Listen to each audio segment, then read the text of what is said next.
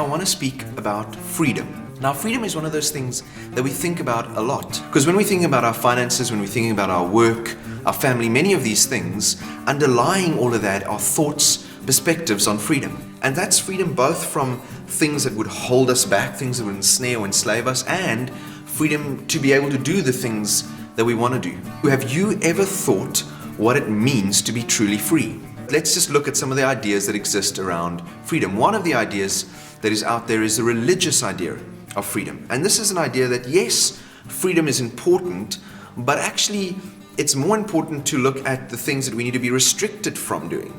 And so many religions pride themselves more upon their restrictions, their boundaries, and the things that they control in a person's life, more than the freedom that they're affording to a person. Another perspective on freedom that exists in the world today is a secular perspective. This is the perspective that says that more freedom is always better, that we need to be free from anything that enslaves us, and we need to be free to do whatever it is that we want to do, with the only caveat being as long as it doesn't hurt somebody else. And here's the problem that I have with that view of freedom, is that many of the things that we perceive to be freedoms, they ultimately actually lead to destruction, to pain, to isolation, to the breakdown of relationships, even my relationship with myself, even my relationship with God.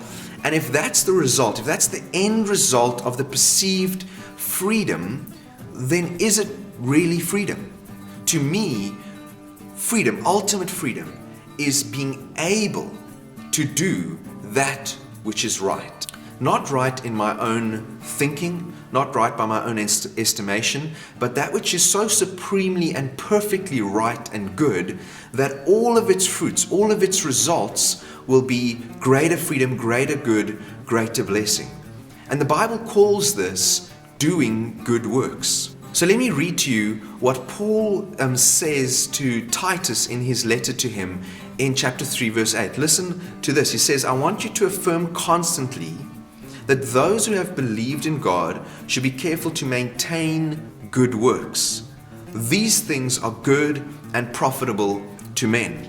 So here is what Paul is saying to Titus in these verses, and go and read the context to get the full picture. When we believe in Jesus Christ, He is able to both set us free from the religious constraints that would ensnare and control us, and He's able to set us free from those perceived freedoms that actually, when we follow them, when we pursue them, they lead to pain, they lead to destruction, they lead to self-loathing, the breakdown of relationship, and ultimately hatred. And He does that when we put our faith, our trust in Him. But more than that, Jesus is able, through the power of His Spirit, to give us the desire, the ability, and the opportunity to do that which is right. And so the secret to living in freedom is to go and do the good works that God has designed you to do with your life, to go and walk in them. So again, we want to make this as practical as possible. Last week, we looked at the first practical step of living our Christian life is to put ourselves in a position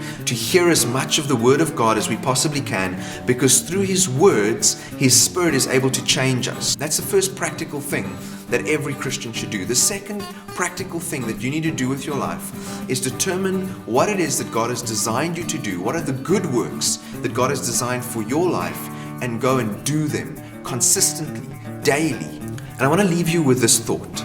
Your good works might start with something really simple, something that seems really small. But it's not about your ability, it's about God's power working through your availability. And when we begin to do that, when we begin to walk in good works, you will be amazed at the incredible, powerful, supernatural things that God is able to do through an ordinary person who has just surrendered themselves to the will of God.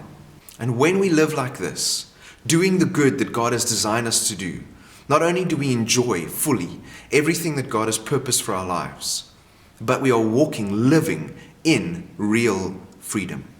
I hope that this video has been meaningful. I hope that it's been helpful or encouraging in some way. Please subscribe to our channel so you can get regular updates of new videos being posted. Please feel free to share this with friends, family members on whatever platform you'd like. And if you like this video, hit the like button. See you guys next time.